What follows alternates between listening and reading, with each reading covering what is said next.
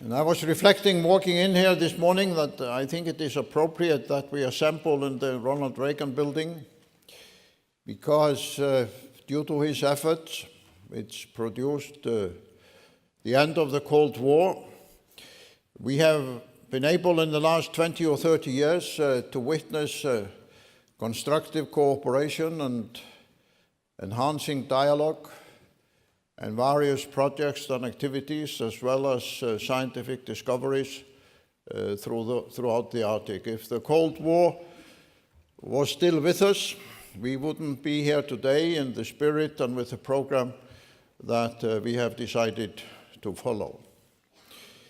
It is perhaps also worth reflecting here this morning that the Arctic was for centuries completely unknown to the enlightened, knowledgeable part of the Western world. It had been inhabited by the indigenous people for centuries without really any awareness in the capitals of power or in the learned institutes of science and research. That's why when the first discoverers in the beginning of the 20th century started their journeys into the Arctic, they became world famous and drew extensive crowds in New York and different parts of the United States because they were in fact the first representatives of the learned Western Enlightenment to venture into the Arctic.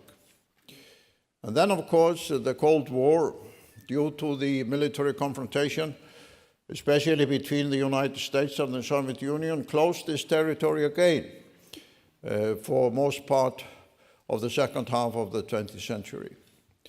So it wasn't really until the Cold War ended following the summit of President Reagan and Gorbachev in Iceland in 1986 that the states of the Arctic, as well as other members of the global community, were able to come together in constructing a new system of cooperation and dialogue in this important part of the world. And the Arctic is indeed a very important part of the world. I often emphasize that perhaps the concept the Arctic is misleading in the global context because in reality we are talking about a big part of the planet, ranging from Alaska over the huge Canadian territories onwards to Greenland, which is half the size of Western Europe, across the northern part of the North Atlantic to Iceland and the northern part of the Nordic countries into the Arctic Oceans, and across 7 time zones in the northern part of Russia. In fact, it is a part of the planet almost the size of Africa. And we are only in the beginning of the first decades of mapping out how we conduct ourselves in this important part of the planet.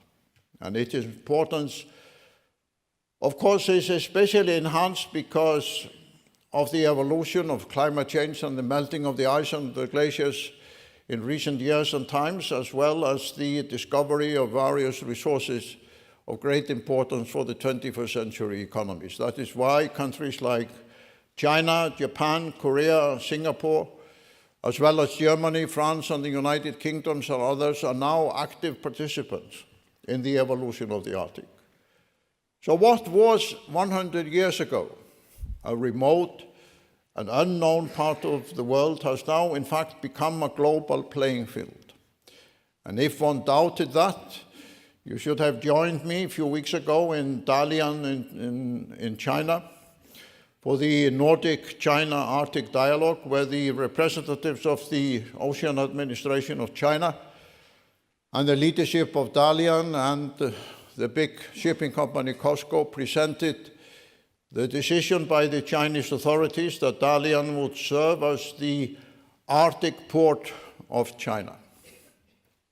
The mere fact that China has now a formal Arctic port, and the Dalian Maritime University has an extensive program to study and do research on Arctic shipping, should be a wake-up call for us all. We will also hear during this forum listen to the Arctic ambassador of Korea, of the very enlightened and impressive program that Korea is engaged in the Arctic. And it might also be of great relevance to the American leadership that such a formidable gathering of bilateral allies of the United States, both in Asia and Europe, Japan, Korea, Singapore, France, Germany, United Kingdom, are all now considerable, strong Arctic partners. And this can be witnessed every year at the Arctic Circle Assembly in Iceland, which, as was mentioned, I was privileged to launch together with my American friends, Alice Rokoff and others, just 4 years ago. It's not a long time, 4 years. But during that time, we have seen the assemblies in Iceland in October every year grow to 2,000 participants from more than 50 countries.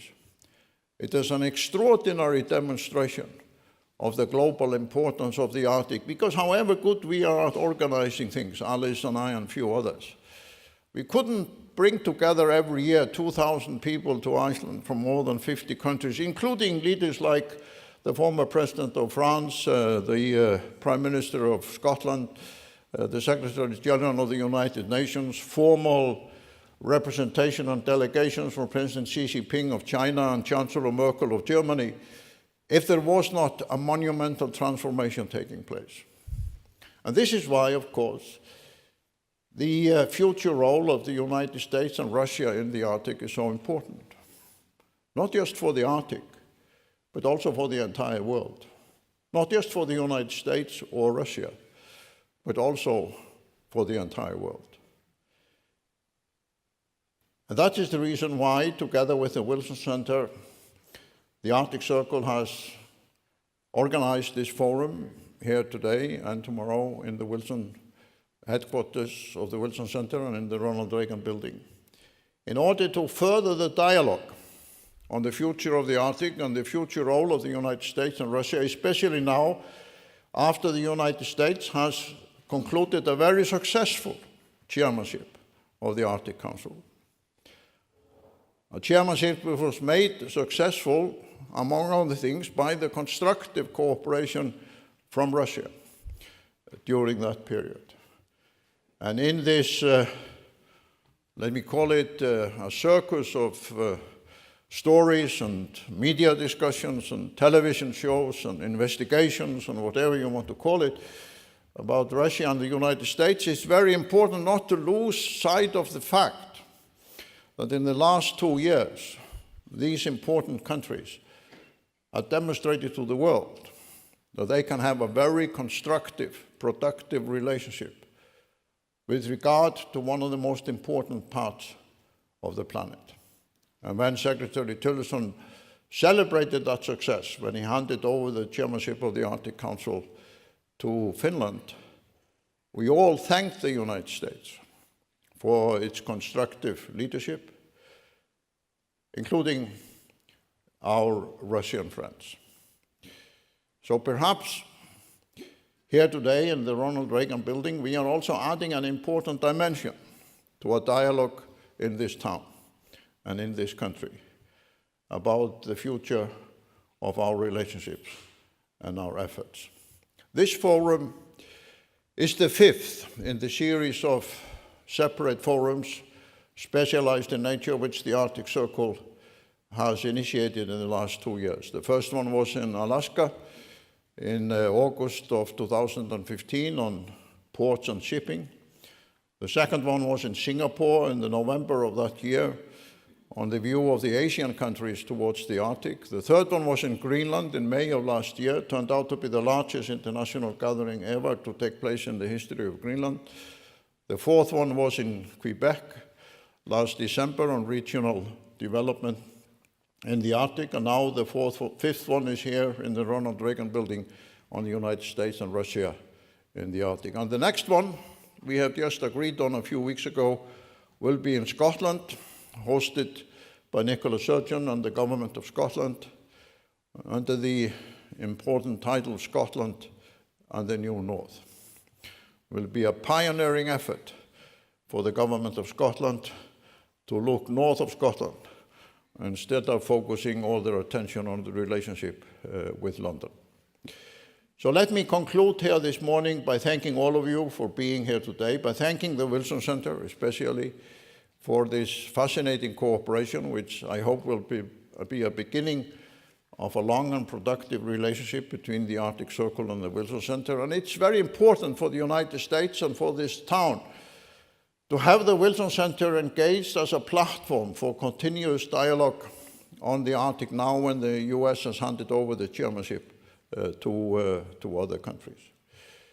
And in addition to thanking the Secretariat of the Arctic Circle, I also especially want to thank Mike Fraga for his extraordinary work in bringing this together in such a short time. And now it's my pleasure to introduce Jane Harman to you. I know I don't really need to introduce her. She has sometime used the opportunity when introducing me and Alice to make some characteristic descriptions of us being natural forces like hurricanes or other natural phenomena on the political scene. But Jane is a planet.